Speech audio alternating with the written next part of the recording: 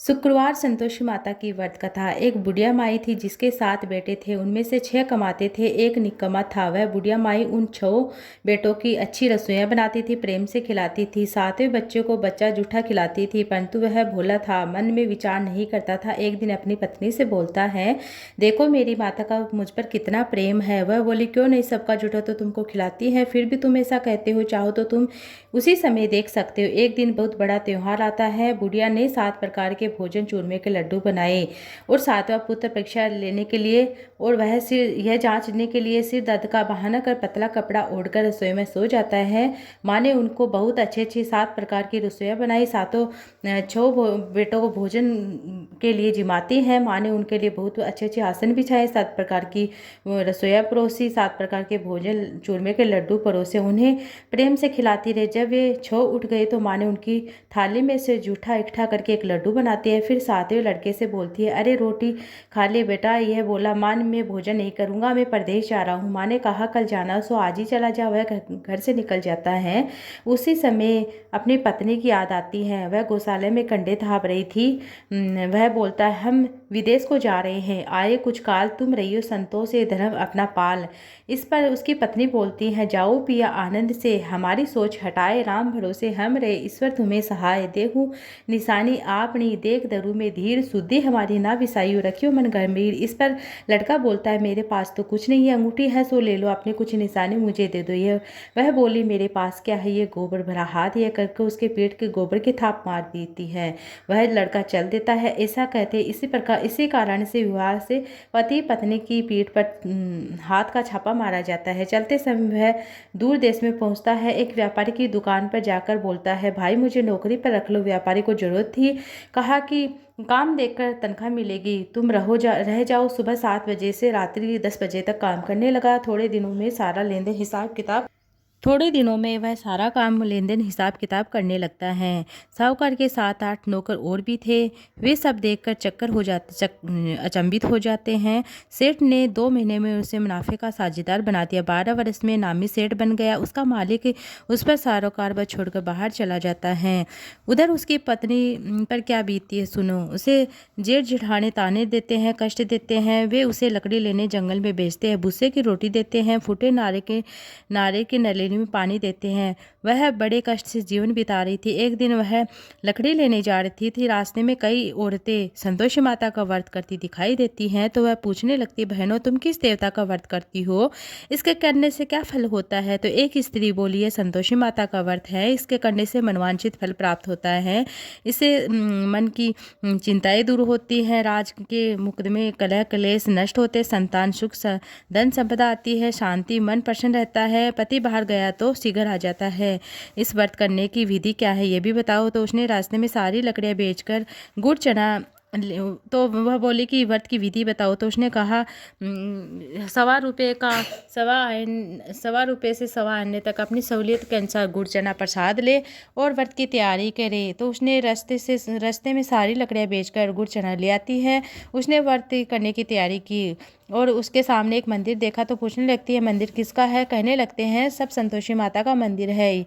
वह मंदिर में गई, माता के चरणों में लौटने लगी, दुखी होकर विनती करने लगी, हे माँ मैं दुखी अज्ञानी हूँ, मैं बहुत कुछ नहीं जानती हूँ, मैं बहुत दुखी हे माँ मैं तुम्हारी शरण में आई हूँ, मेरा दुख दूर करो। माता को दया आई। एक शुक्रवार बीता, उसके पति का पत्र आता है। अगले शुक्रवार को पति का भेजा हुआ पैसा पहुँचता है। अब तो जेठ जेठानियाँ सास नाक सिकोड़ने लगते हैं, कहने लगते हैं, अब तो पत्र आने लगे हैं, रुपया आने लगा, अब तो खातिरदारी बढ़ेगी, यह बुलाने सभी नहीं बोलेगी। बेचारी सरलता से कहती है, पत्र आवे रुपया आवे, हम सब के लिए तो अच्छा है। उसकी आंखों में आंसू भर आता है।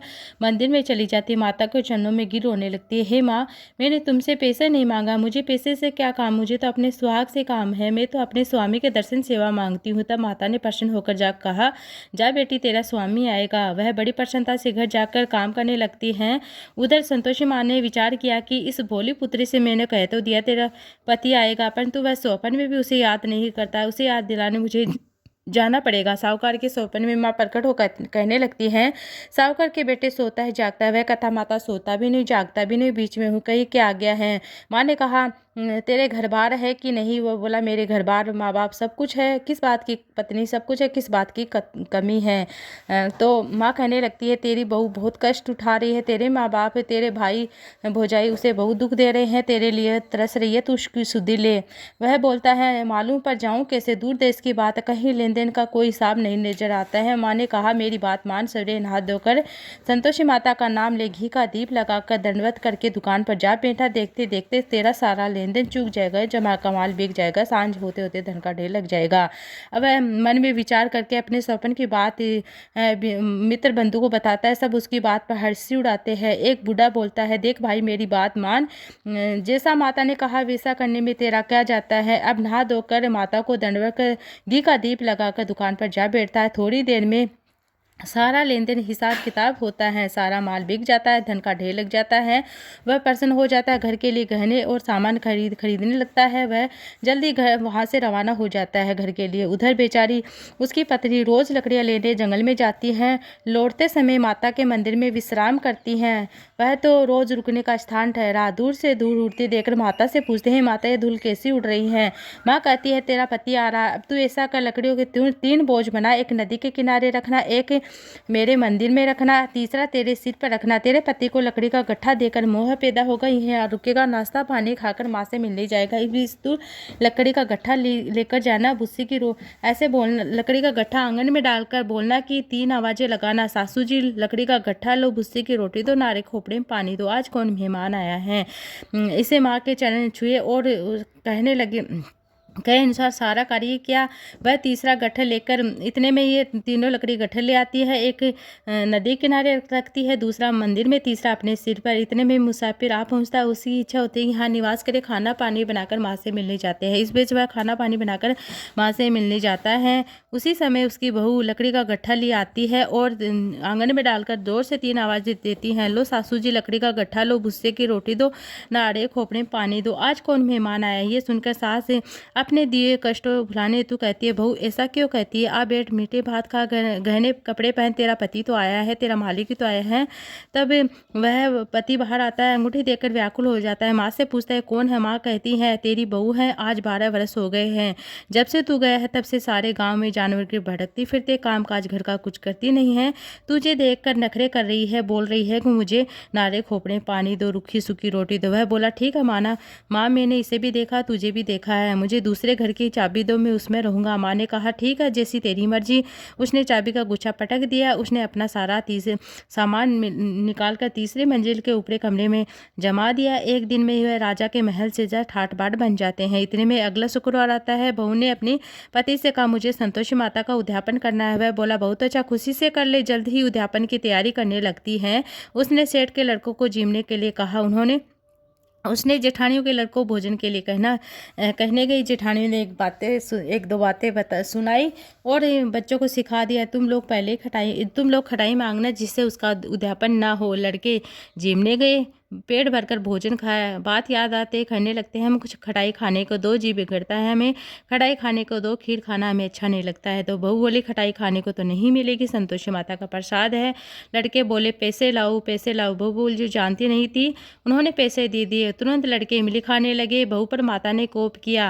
राजा के दूत उसे पति को पकड़कर ले गए। बेचारी बड़ी दुखी हुई, रोती रोती, और जेठ जेठाने ताने देने लगते हैं, लूट लूट धन इकट्ठा कर लाया, सब मालूम जे जेल की रोटी खाए। बेचारी रोती तो माँ के मंदिर में जाती है, कहती, माता हंसाकर क्यों रुलाने लगी। माँ ने कहा, मेरा व्रत भंग कर इतनी जल्दी सब बातें भुला दी, मेरा व्रत भंग कर दिया। नहीं माता, भूल तो नहीं हुई है, मुझे क्षमा करना, मैंने उन भूल में पैसे दे दिए, मुझे क्षमा करना, भूल नहीं होगी, मैं फिर से उद्यापन करूंगी। ठीक है, तेरा पति, मेरा पति कैसे आएगा? तो बोलते कि तेरा पति तुझे रास्ते में आता मिलेगा।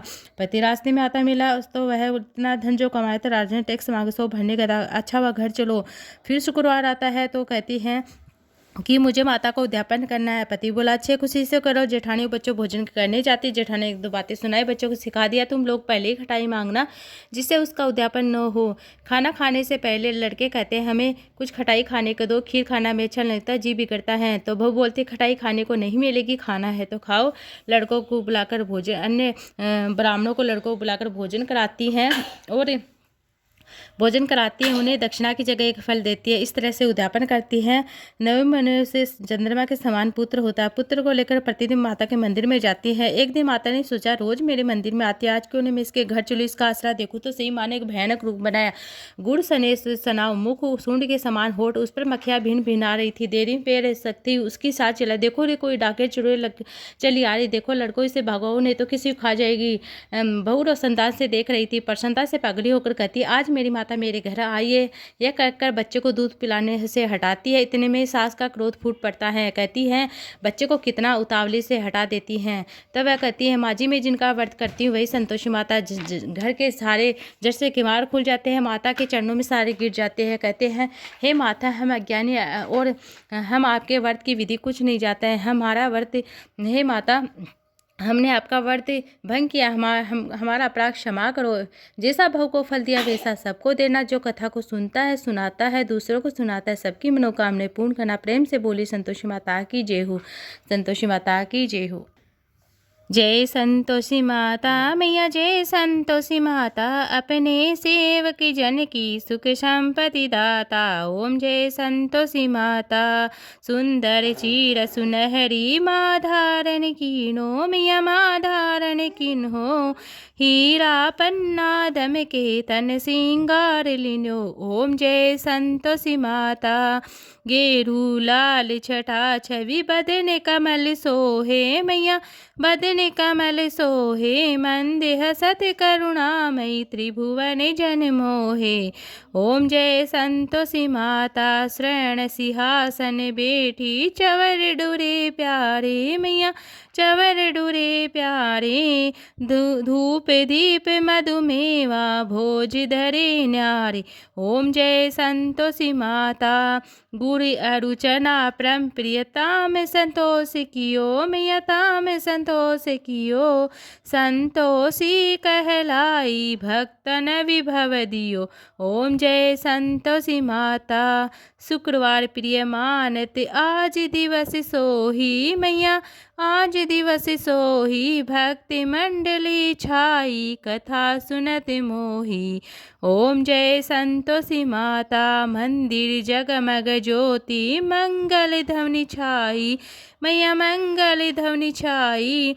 विनय करे हमें बालक चरणन सिर नाई। ओम जय संतोषी माता, भक्ति भाव में पूजा अंगीकृत कीजिए, मैया अंगीकृत कीजिए। जो मन बसे हमारे इच्छित फल दीजिए। ओम जय संतोषी माता, दुख दारिद्र रोगी संकट मुक्त कियो, मैया संकट मुक्त कियो।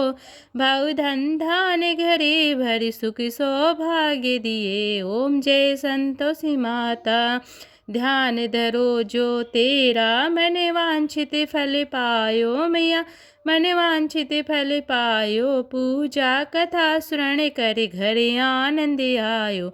ओम जय संतोषी माता, चरण गहे की लज्जा रखिए जगदम्बे, मैया रखियो जगदम्बे। संकट तू ही निवारे दयामयी अम्बे। ओम जय संतोषी माता, संतोषी माता जी की आरती जो कोई जन गावे, मैया प्रेम सहित गावे। रिद्धि सिद्धि सुख संपत्ति जी भर के पावे।